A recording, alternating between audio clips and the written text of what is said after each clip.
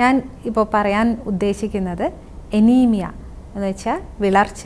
അത് പ്രഗ്നൻസിയിൽ വരുമ്പോൾ അതിൻ്റെ കാര്യങ്ങൾ സംസാരിക്കാനാണ് ഉദ്ദേശിക്കുന്നത്. നമുക്കറിയാം ഇപ്പോൾ വേൾഡ് ഹെൽത്ത് ഡേ ആണ് April 7th. അപ്പോൾ ഇപ്രാവശ്യം ലോകാരോഗ്യ സംഘടന പറഞ്ഞേക്കുന്നത് ഈ മെറ്റേണൽ മോർട്ടാലിറ്റി കുറയ്ക്കണം, ന്യൂനേറ്റൽ മോർട്ടാലിറ്റി കുറയ്ക്കണം. അപ്പോൾ ഒരു future healthy beginnings can lead to a future prospective future. അപ്പോൾ ഈ മെറ്റേണൽ മോർട്ടാലിറ്റിയുടെ ഒരു കോസാണ് എനീമിയ. എനീമിയ എന്ന് പറഞ്ഞാൽ രക്തത്തിൻ്റെ അളവ് കുറയുക, ഹീമോഗ്ലോബിൻ്റെ ലെവല് പ്രഗ്നൻസിയിൽ സംബന്ധിച്ച് 11-നെക്കാട്ടിയും കുറയുമ്പോഴാണ് എനീമിയ എന്ന് പറയുന്നത്. അപ്പോൾ എനീമിയയ്ക്ക് പല കാരണങ്ങളുണ്ട്. ഒന്ന് ചിലപ്പോൾ ഇത് ഫിസിയോളജിക്കൽ എനീമിയ ആയിരിക്കാം. ഫിസിയോളജിക്കൽ എന്ന് പറഞ്ഞാൽ പ്രഗ്നൻസി സമയത്ത് ഈ ബ്ലഡ് വോളിയൂമൊക്കെ കൂടും. എന്ന് വെച്ചാൽ കുഞ്ഞിന് രക്തയോട്ടം കൂടാൻ വേണ്ടി അമ്മയുടെ രക്തത്തിൻ്റെ വോളിയൂം കൂടും. അപ്പോൾ ഈ രക്തത്തിൽ പ്ലാസ്മ കണ്ടൻറ്റ് ഉണ്ട്, പിന്നെ ഈ ചുമന്ന രക്താണുക്കൾ എന്ന് വെച്ചാൽ RBCs ഉണ്ട്. അപ്പോൾ ഈ പ്ലാസ്മ കണ്ടൻറ്റ് ചിലപ്പോൾ 40% കൂടുവാണെങ്കിൽ ഈ റെഡ് സെൽസ് അത്രയും കൂടത്തില്ല, 20% കൂടത്തുള്ളൂ.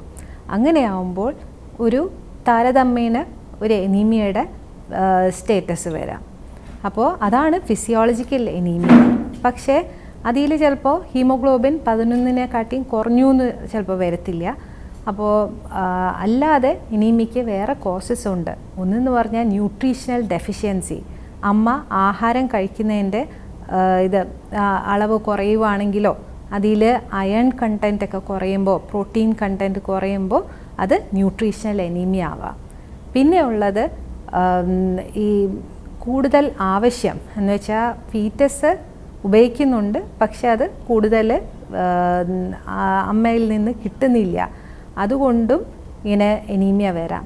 പിന്നെ ഉള്ളത് ഹീമോലൈറ്റിക് എനീമിയ. ചിലപ്പോൾ ആഹാരത്തിൽ കൂടെ കിട്ടും, പക്ഷേ അത് ഡിസ്ട്രോയ് ആയി പോവുക, ഹീമോലൈറ്റിക് എനീമിയ. ഇതൊക്കെയാണ് ചില കാരണങ്ങൾ ഈ ഹീമോഗ്ലോബിൻ്റെ അളവ് കുറയാനായിട്ട്. അപ്പോൾ ഈ എനീമിയ ഉണ്ടെങ്കിൽ എന്തൊക്കെയാണ് കോംപ്ലിക്കേഷൻസ് എന്ന് വെച്ചാൽ നമ്മൾ പറഞ്ഞു, ചിലപ്പോൾ അമ്മയുടെ മരണം വരെ സംഭവിക്കാം. അപ്പോൾ ഈ മരണം വരെ സംഭവിക്കാം എന്ന് പറയുന്നത് എന്ന് വെച്ചാൽ ഈ കോംപ്ലിക്കേഷൻസ് കൂടുന്നുണ്ടായിരിക്കാം. അപ്പോൾ ഈ കോംപ്ലിക്കേഷൻസ് എന്ന് പറഞ്ഞാൽ ഈ രക്തസ്രാവം കൂടാം, ഈ പ്രസവ സമയത്തുള്ള രക്തസ്രാവം കൂടാം. പിന്നെ ഉള്ളത് വേറെ നേരത്തെ വയറുവേദന വരിക, നേരത്തെ പ്രീടേം ലേബർ, പിന്നെ കുഞ്ഞിൻ്റെ വളർച്ച കുറവ്, അങ്ങനെ പിന്നെ ഇൻഫെക്ഷൻ്റെ സാധ്യതയൊക്കെ കൂടാം. അപ്പോൾ ഇതൊക്കെ കൊണ്ട് ചിലപ്പോൾ അമ്മയുടെ മെറ്റേണൽ മോർട്ടാലിറ്റിയൊക്കെ കൂടാനുള്ള സാധ്യതയുണ്ട്. മെറ്റേണലും പിന്നെ ഈ നേരത്തെ വയറുവേദന വരുന്നുണ്ട്, ചിലപ്പം പ്രീടേം ലേബർ, എന്നിട്ട് ബേബിയുടെ വെയിറ്റൊക്കെ കുറയുമ്പോൾ ന്യൂനേറ്റൽ മോർട്ടാലിറ്റിയും കൂടാനുള്ള സാധ്യതയുണ്ട്.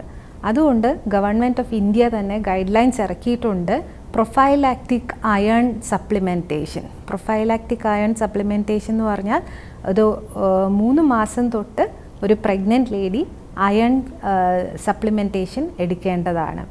എന്ന് വെച്ചാൽ അത് പ്രഗ്നൻസിയിൽ അയണിൻ്റെ റിക്വയർമെൻറ്റ് കൂടുന്നതുകൊണ്ട് അയൺ ഇൻടേക്ക് വേണം എന്നാണ്. അയൺ ടാബ്ലറ്റ്സ് 100 ദിവസത്തേക്കെങ്കിലും കഴിക്കണം. എന്ന് വെച്ചാൽ 3-ാം മാസം തൊട്ട് ഫുൾ പ്രഗ്നൻസി കഴിക്കുക.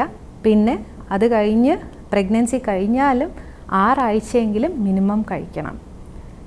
പിന്നെ എനീമിയ ഉണ്ടെങ്കിൽ നമുക്ക് അയൺ സപ്ലിമെൻറ്റേഷൻ ഓറൽ ആയിട്ടും എടുക്കാം. പിന്നെ അത് കൂടുന്നില്ല, ആൾക്ക് ഓറൽ അയൺ കഴിക്കാൻ പറ്റുന്നില്ല എന്നുണ്ടെങ്കിൽ ഇൻജെക്റ്റബിൾ അയൺ ഉണ്ട്. അപ്പോൾ അത് ഇപ്പോൾ അയൺ സപ്ലിമെൻറ്റേഷൻ എടുക്കാൻ പറ്റുന്നില്ല എന്നുള്ള ലേഡീസിനാണ് യൂഷ്വലി അയൺ ഇഞ്ചെക്ഷൻ കൊടുക്കുന്നത്.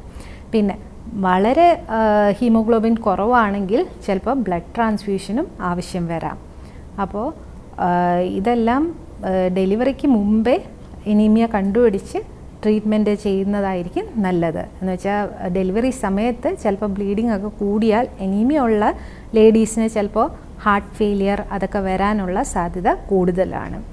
അപ്പോൾ ഇപ്പോൾ നമ്മളുടെ വേൾഡ് ഹെൽത്ത് ഡേയിൽ ഉള്ള മോട്ടോ പോലെ നമുക്ക് എനീമിയ രഹിതമായിട്ട് പ്രഗ്നൻസി കണ്ടിന്യൂ ചെയ്യുന്നതാണ് നല്ലത്. ഇതെല്ലാം പറഞ്ഞുകൊണ്ട് ഞാൻ എൻ്റെ വാക്കുകൾ ചുരുക്കുന്നു. നന്ദി, നമസ്കാരം.